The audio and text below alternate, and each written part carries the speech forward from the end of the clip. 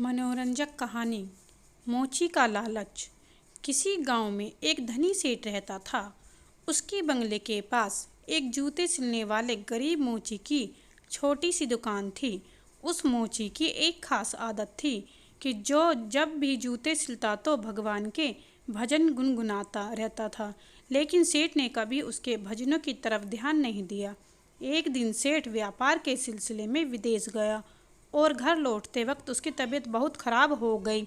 लेकिन पैसे की कोई कमी तो थी नहीं, सो देश विदेशों से डॉक्टर, वैद्य, हकीमों को बुलाया गया, लेकिन कोई भी सेठ की बीमारी का इलाज नहीं कर सका। अब सेठ की तबीयत दिन प्रतिदिन खराब होती जा रही थी। वह चल फिर भी नहीं पाता था। एक दिन वह घर में अपने बिस्तर पे लेटा था। अचानक उसके कान में मोची के भजन गाने की आवाज़ सुनाई दी। आज मोची के भजन कुछ अच्छे लग रहे थे। सेठ को कुछ ही देर में सेठ इतना मंत्रमुग्ध हो गया कि उसे ऐसा लगा जैसे वो साक्षात परमात्मा से मिलन कर रहा हो। मोची के भजन सेठ को उसकी बीमारी से दूर लेते जा रहे थे। कुछ देर के लिए सेठ भूल गया कि वह बीमार है। उसे अपार आनंद की प्राप्ति हुई। कुछ दिन तक यही सिलसिला चलता रहा।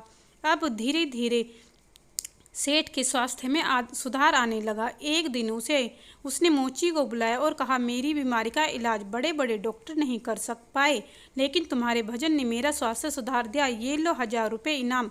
मोची खुश होते हुए पैसे लेकर चला गया। लेकिन उस रात मोची को बिल्कुल नींद नहीं आई। वो सारी रात यही सोचता रहा कि इतने सारे पैसों को कहाँ छुपा कर रखूं और इनसे क्या क्या खरीदना है। इसी सोच की वजह से वह इतना परेशान हुआ कि अगले दिन काम पे भी नहीं जा पाया।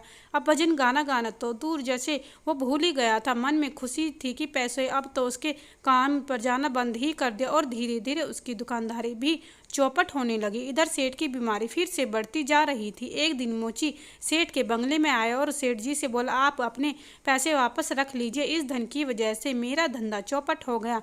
मैं भजन गाना ही भूल गया।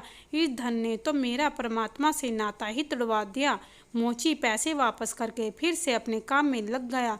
मित्रों, यह एक कहानी मात्र नहीं है, ये एक सीख है कि किस तरह हम पैसों का लालच हमको अपनों से दूर ले जाता है। हम भूल जाते हैं कि कोई ऐसी शक्ति भी है जिसने हमें बनाया है।